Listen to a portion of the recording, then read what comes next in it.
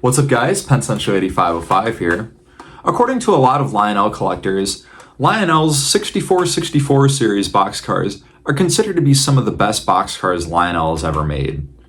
Now I am of the small minority that actually prefers some different boxcars to the 6464s. Do I still like them? Yes, but there are other boxcars that I like better than the 6464s. Specifically, the boxcars that came in the MPC era, with the 9200 series, the 9700 series, and the 9400 series boxcars. I'm going to tell you about these cars, and maybe by the end of this video, you may think differently about Lionel's MPC era boxcars. So sit back, relax, and enjoy. Grab a drink, grab a snack if you'd like, and I'm going to tell you guys about these underrated boxcars.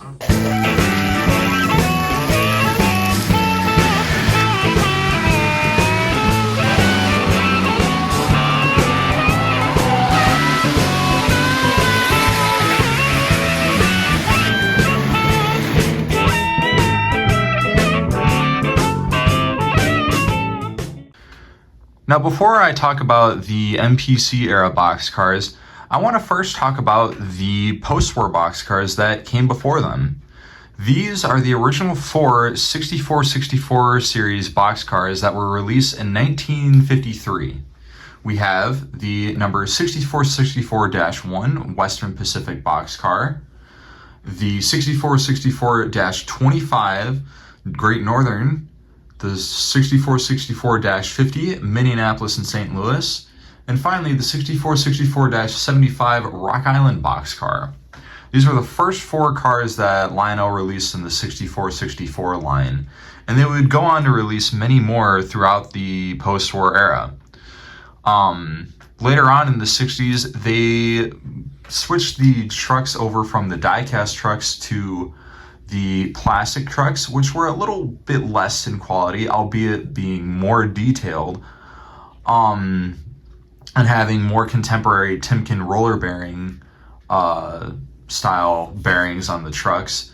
But they, in terms of decorating, it didn't, they improved a little bit, but not a whole lot. A lot of them still looked sort of kind of the same, just having a road name and maybe a logo here. But for the most part, they stayed very similar. It wasn't until the MPC era brought more detail to the sides of the boxcars. Now, these cars do, one thing that these cars do have over the MPC era cars is having more rivet detailing on the sides, which looks good, but makes printing a little more difficult for these cars. In 1970, Lionel got bought out by General Mills and was starting to be produced under their Model Products Corporation division. They released their first set of semi-scale boxcars under the 9200 series line, and they went on to make 15 different versions of these cars between 1970 and 1972. I have four of the cars here: the number 9201 Penn Central, the number 9204 Northern Pacific, the number 9205 Norfolk and Western, and finally the number 9211 Penn Central.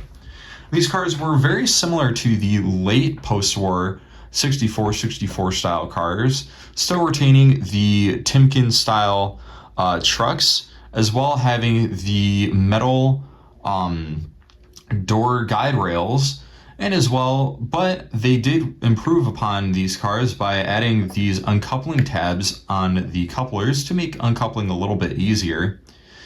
As well, they actually removed a lot of the rivet detailing on the sides so they could have much bigger and more detailed logos on the sides of these cars, like for example that Northern Pacific car there. They also decided to try to have more contemporary road names on these cars, and that's why we see these two Penn Central cars here. In 1972, we saw the end of the 9200 series and the beginning of the 9700 series.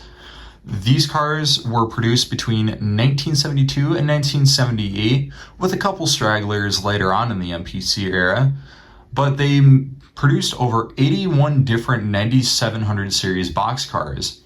I have 4 of them here: the number 9716 Penn Central, the 9733 Airco, the 9740 Chessie System, and the 9749 Penn Central. These cars were improvements over the 9200 series, featuring their new Symington Wayne style trucks, which, from what I've noticed and my experience running these cars actually roll a lot better than the 9200 series cars. As well, they kept the operating knuckle couplers on both ends, and as well, they actually added a couple little details. If we look on the ends of the cars here, on this end, on that board there, we have the Lionel logo. And on the other end, on this board, they added the 9700 series name there. As well, they started to get better with the printing on these cars, having more detailed printing like this Airco car and my Penn Central cars.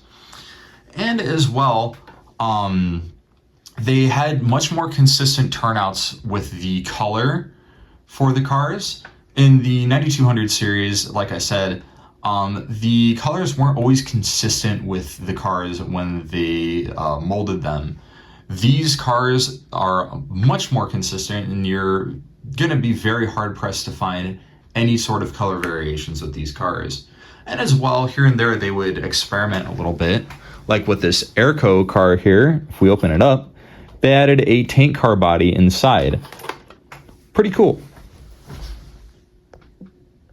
1978 saw the start of the final series of this style boxcar made in the MPC era, the 9400 series cars. Now, just like the previous 9700 series cars, they made 81 different versions of this boxcar, but instead of having all 81 versions be available as separate sale items, a good amount of the 9400 series cars were actually exclusive to sets or as uncatalogued items, making trying to build a full set of 9400 series cars challenging, but it is still doable. I have 4 of the 9400 series cars: the number 9412 Richmond, Fredericksburg, and Potomac, the 9413 Naperville Junction Railway, the 9447 Pullman Standard 1 millionth boxcar, and the 9449 Great Northern boxcar made for the famous American Railroad series. Now, detail-wise, these cars are the exact same, and functionality exact same as well. They roll just as well on these Symington Wayne trucks, have the operating knuckle couplers on both ends, and they even retain the 9700 series name on the boards on the non-brake wheel side end of the car. But where they do improve over the 9700 series is having much more detailed printing on the sides of these cars. As you can see, they printed a lot more, and they can print more complex designs on the cars. And as well, the printing just looks a lot crisper and cleaner on these cars compared to the 9700 and 9200 series cars. And now it's time to answer the question: why do I prefer the MPC era boxcars over the Postwar era boxcars? Well, it comes to 4 different things: operation, printing detail, variety, and cost. Let's start with operation. The one thing I've noticed about my MPC era boxcars is that they tend to roll a lot better than my Postwar era boxcars. The MPC era trucks have the needlepoint wheels or needlepoint axles, which makes them roll a heck of a lot smoother than the older die-cast trucks that don't have the needlepoint axle.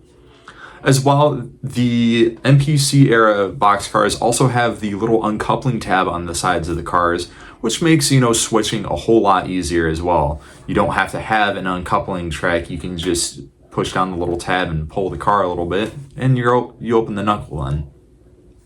Moving on to the printing detail, and this especially goes for the 9400 series cars, the detail is a whole lot better with the printing. printing is a lot cleaner, crisper, and much more clear. And as well, they can have much more detailed logos and much bigger logos as well. Next comes variety. With all three series, all three different runs of the semi-scale boxcars in the MPC era, you have a huge variety spanning plenty of different railroads and having even different paint schemes for the same railroads.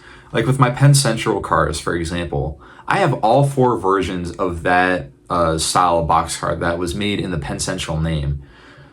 And as well, I just like the variety more and the selection that you have more with the MPC era cars over the post-war era cars. They even have some, they do have some overlap with having some similar road names and paint schemes. Like the MPC era, they did a kind of a very similar version of the pacemaker boxcar compared to the post-war version. Finally comes cost. The MPC era boxcars tend to be a lot cheaper than the post-war boxcars. When comparing at a train show, I can find a post-war boxcar typically for around $50 to $60. MPC era cars tend to be a lot cheaper, tending to be more in the $15 to $20 range, though cost can go up or down depending on the seller and what car it is. So overall, I personally think the MPC era boxcars are better because of those four things. They're a lot better operationally. They have much better printing detail.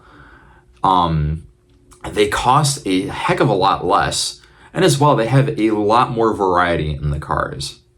Now, enough of me talking. Let's run these cars around the layout for a little bit.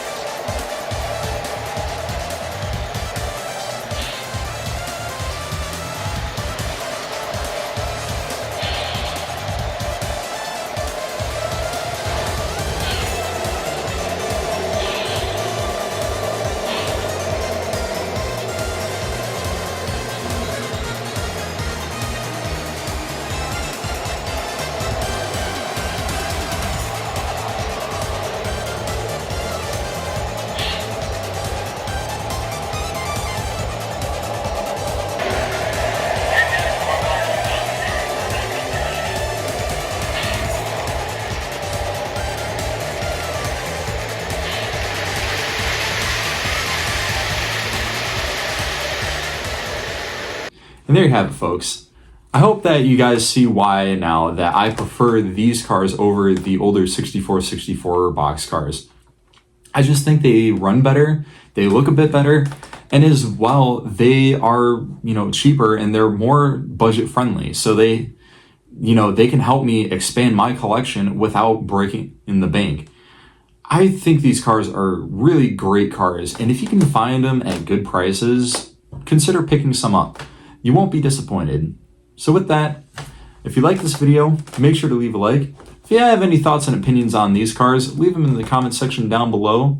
If you want to see more of what I do, hit the subscribe button and hit the bell icon so you never miss a new upload. And as well, if you know of anybody who may like this video, share it with them. With that, I hope you all have a wonderful day. And this will be Penn Central 8505, out.